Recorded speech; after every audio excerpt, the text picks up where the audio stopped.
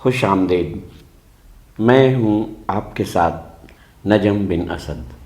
آج جس بات کا اب تک ڈر تھا وہی بات ہونا شروع ہو گئی ہے، یعنی یہ کہ عمران خان نے بولنا شروع کر دیا ہے.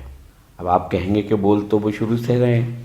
بولنا شروع کرنے سے مراد یہ ہے کہ پشاور کے جلسے میں انہوں نے کچھ بات کی ڈھکے چھپے الفاظ میں، کراچی کے جلسے میں بہت سکون کے ساتھ انہوں نے کچھ بات کی ڈھکے چھپے الفاظ میں، جسے میسیجز کا نام دیا گیا. لیکن کل جب جنرل قمر جاوید باجوہ لاہور میں سابق فوجیوں کے ساتھ ملاقات کر رہے تھے، شاید اس کے بعد عمران خان نے بھی بولنے کا فیصلہ کر لیا. میرا مطلب یہ نہیں ہے کہ عمران خان کوئی فوج کے خلاف بولنا شروع ہو گئے ہیں، بلکہ یہ کہ جس طرح دیکھیں اس وقت صرف دو آدمی پبلک میں آئے ہوئے ہیں، ایک عمران خان جو عوام میں اپنی بات کہہ رہے ہیں، اور ایک قمر جاوید باجوہ جو فوجیوں میں عوام اور فوجیوں کے درمیان ایک جو چھوٹی سی دراڑ پڑ گئی ہے کچھ لوگوں کی وجہ سے، جنہوں نے 9 اور 10 کی درمیانی شب کچھ ایسی افواہیں پھیلائیں، ایسی فیک نیوزز پھیلائیں کہ جس کی وجہ سے یہ کانسیپٹ بنا، یہ لوگوں میں خیال بنا، یہ بدگمانی ہوئی کہ شاید عمران خان کی حکومت کو ہٹانے میں فوج کا کوئی ہاتھ ہے. یہ حقیقت ہے یا نہیں ہے اس پہ میں بات نہیں کرتا، کیونکہ بظاہر ایسا نہیں ہے. عمران خان اس سے انکار کر رہے ہیں. 9 اور 10 کی درمیانی شب BBC نے جو خبر اڑائی کہ ہیلی کاپٹر آئے اور یہ آئے، تو عمران خان نے آج یوٹیوبر سے ملاقات کی ہو اور اس ملاقات میں انہیں اس بات کو کلیئر کیا ہے. لیکن اس سے پہلے عمران خان کی یوٹیوبرز کے ساتھ ملاقات کے احوال سے پہلے ایک بات عدلیہ کی جانب سے. سپریم کورٹ میں آج بالآخر اس صدارتی ریفرنس پہ سماعت شروع ہو گئی ہے جو 63A کی تشریح کے لیے حکومت نے، جو اب نہیں ہے، مدد کی درخواست کی تھی کہ آپ یہ تشریح کریں کہ 63A کے تحت پارٹی ارکان اپنے پارٹی کے مینیفیسٹو سے، اپنی پارٹی کی پالیسی سے ہٹ کر ووٹ کر سکتے ہیں یا نہیں عدم اعتماد میں، تحریک عدم اعتماد میں. مگر اس پہ سپریم کورٹ نے بروقت فیصلہ نہیں دیا، اور اس بروقت فیصلے کے نہ دینے کا نتیجہ یہ ہوا کہ جس حکومت نے مدد مانگی تھی، تشریح مانگی تھی، وہ اب نہیں ہے. اور کل بلکہ پرسوں جو کچھ ہوا پنجاب اسمبلی میں وہ بہت بھیانک تھا.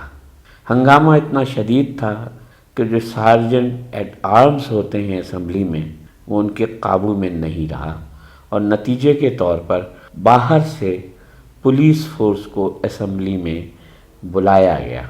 ایسا کبھی نہیں ہوا. اسمبلی کے قوانین کے تحت باہر سے کوئی چیز، کوئی مدد، کوئی پولیس نہیں بلائی جاتی. یہ ایسا ہوا کیوں تھا؟ ایسا صرف اس لیے ہوا تھا کہ اس بات کی تشریح ہی نہیں کی گئی تھی کہ 63A کے تحت جو لوگ منحرف ہوتے ہیں اپنی پارٹیوں سے، وہ ووٹ دے سکتے ہیں نااہلی کے خطرے کے بغیر یا نہیں، اور اگر وہ ووٹ دے سکتے ہیں تو کیا وہ ووٹ گنا بھی جائے گا کہ نہیں. کیونکہ اگر اس نے ووٹ دے دیا اور اس ووٹ سے جو نقصان ہونا تھا وہ ہو گیا، اس کے بعد اگر وہ نااہل بھی ہو جاتا ہے تو اس کا کیا نقصان ہے؟ اس میں تو 25 کروڑ لے لیے ہیں. تو یہ اس بات کو میں کہتا ہوں کہ عدلیہ نے بات کی اہمیت نہیں سمجھی، اور اب آج سے جو بحث شروع ہوئی اور جس کے لیے وہ کہتے ہیں کہ یہ روزانہ سماعت ہوگی، تو اب تو یہ سانپ نکل گیا، اب لکیر پیٹنے سے کچھ حاصل ہے نہیں. یہ کتابی بحث ہے، ہوتی رہے گی جب تک ہو. اس سے فائدہ کچھ نہیں ہونا، جو نقصان ہونا تھا وہ ہو گیا. بہرحال آتے ہیں واپس اس بات پر کہ عمران خان نے آج بنی گالہ میں ان یوٹیوبرز سے ملاقات کی ہے جو خالی یوٹیوبرز نہیں ہیں بلکہ مین میڈیا کے ٹی وی چینلز کے رپورٹرز بھی ہیں، جو پہلے وزیر اعظم کی بیٹ کو کور کیا کرتے تھے اور اب انہوں نے فیصلہ کیا ہے کہ وہ عمران خان تحریک انصاف کی بیٹ کو کور کیا کریں گے۔ تو یہ 10-12 یوٹیوبرز کو عمران خان نے بلایا ہوا تھا اور ان کے ساتھ انہوں نے دل کھول کے بات کی ہے، اور اس لہجے میں بات کی ہے جس لہجے میں وہ جلسے میں بات نہیں کرتے۔ مثلاً یہ کہ انہوں نے کھل کے یہ بات کی کہ 9-10 کے درمیانی شب جیسا کہ بی بی سی نے افواہ پھیلائی ایسا کچھ بھی نہیں ہوا تھا۔ انہوں نے کہا کہ یار آپ لوگ تو ہمارے ساتھ بیٹھے ہوئے تھے 12 بجے رات تک، جب تک پرائم منسٹر ہاؤس سے میں نے گھر جانے کا فیصلہ نہیں کیا آپ سب لوگ میرے ساتھ تھے، آپ میں سے بہت سے میرے ساتھ بیٹھے تھے، آپ گواہ ہیں کہ ایسا کچھ بھی نہیں ہوا، بی بی سی کی خبر غلط تھی۔ اس کے بعد انہوں نے اس موضوع پہ بھی بات کی، بلکہ بہت سارے موضوعات پہ بات کی، لیکن اہم اس میں سے ایک تو یہ تھا۔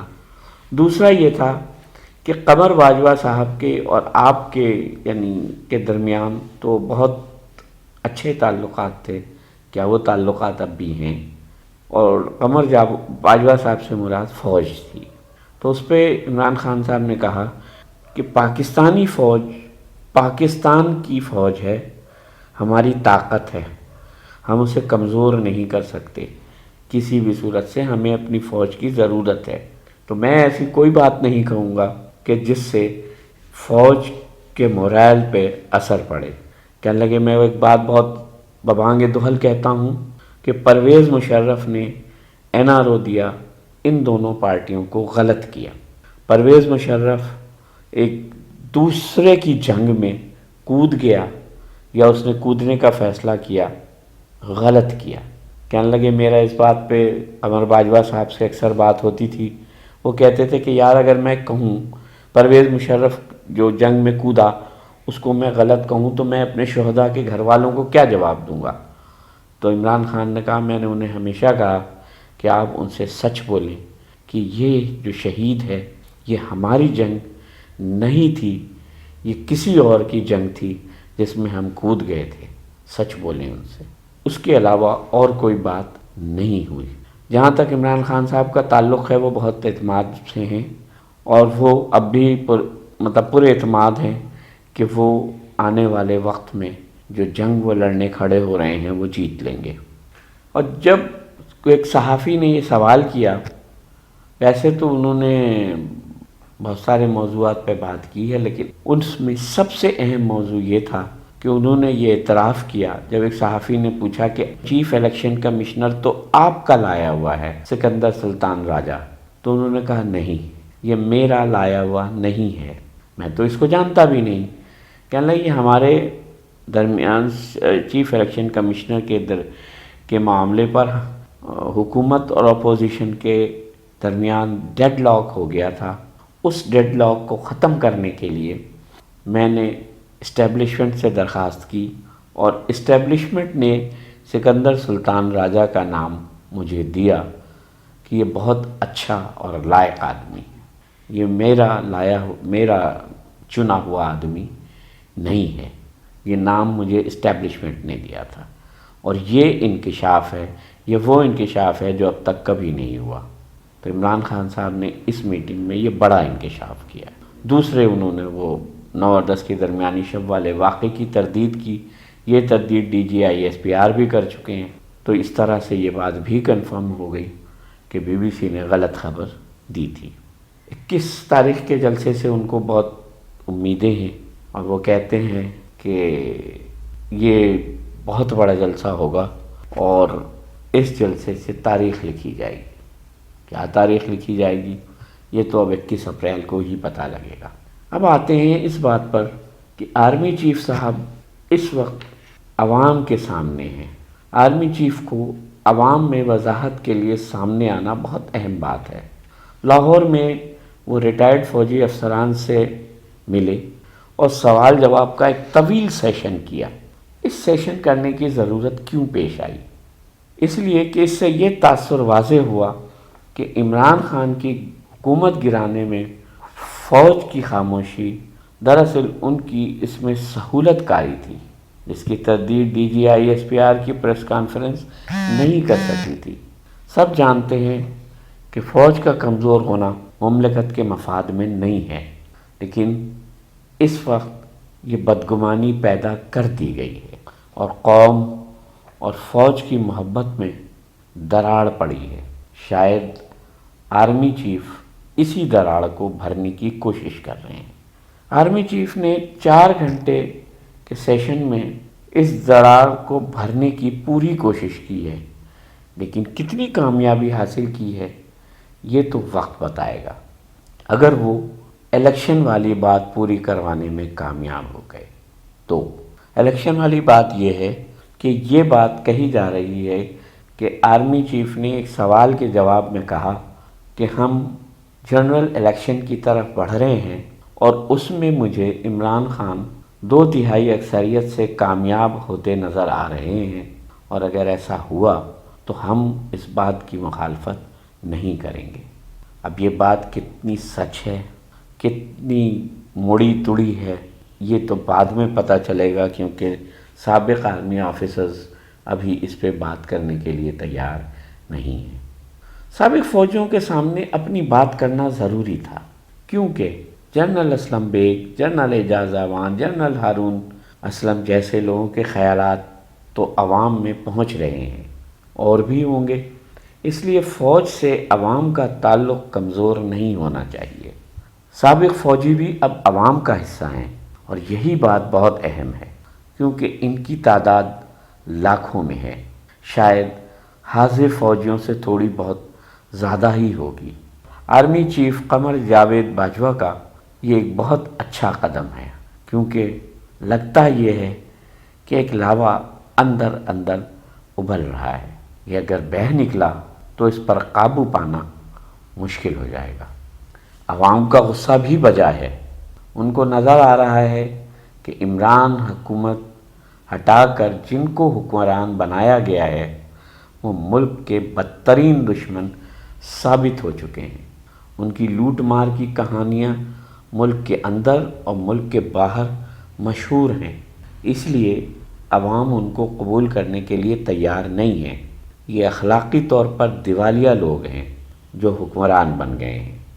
اور ایک چھوٹا سا واقعہ جو بظاہر چھوٹا ہے لیکن یہ بڑا بھی ہے کہ لاہور میں میجر حارث پر تشدد کیا گیا ہے، اور بری طرح سے تشدد کیا گیا ہے، اور اس میں سلمان رفیق، نعمان رفیق اور ان کے گارڈز ملوث ہیں۔ نون لیگ کے سرکردہ رہنما اس میں ملوث ہیں، اس لیے فوج کے لیے یہ معاملہ تشویش کا سبب ہے کہ اب غنڈوں کی یہ ہمت ہو گئی ہے کہ وہ فوجی افسران پر ہاتھ اٹھانے لگے ہیں، جبکہ میجر حارث نے اپنی پہچان کرا دی تھی۔ ہاں، ایک بات رہ گئی، ویڈیو ختم ہونے سے پہلے اس پہ بھی گفتگو کر لیتے ہیں، وہ یہ کہ اس بھانمتی کے کنبے سے اختلافات کی خبریں آنے لگی ہیں۔ مثال کے طور پر اختر مینگل نے اپنی ناراضگی کا اظہار کرتے ہوئے اتحاد سے الگ ہونے کا اعلان کیا ہے۔ یہ خبر سچ ہے یا غلط ہے، یہ کل تک واضح ہو جائے گا، لیکن دوسری بات بالکل 100% واضح ہے، اور وہ ہے کہ مولانا فضل الرحمان نے ری الیکشن کا یا نئے الیکشن کا مطالبہ کر دیا ہے۔ ایسا کیوں کیا ہے انہوں نے؟ ابھی تو انہوں نے عمران خان کی حکومت ہٹائی ہے، اور وہ ری الیکشن کا، نئے الیکشن کا مطالبہ کر رہے ہیں۔ آخر کیوں؟ شاید اس لیے کہ ان کی صدارت کی خواہش کو نون لیگ اور پیپلز پارٹی پوری کرنے کے لیے تیار نہیں ہے۔ ملتے ہیں اگلے ویڈیو میں۔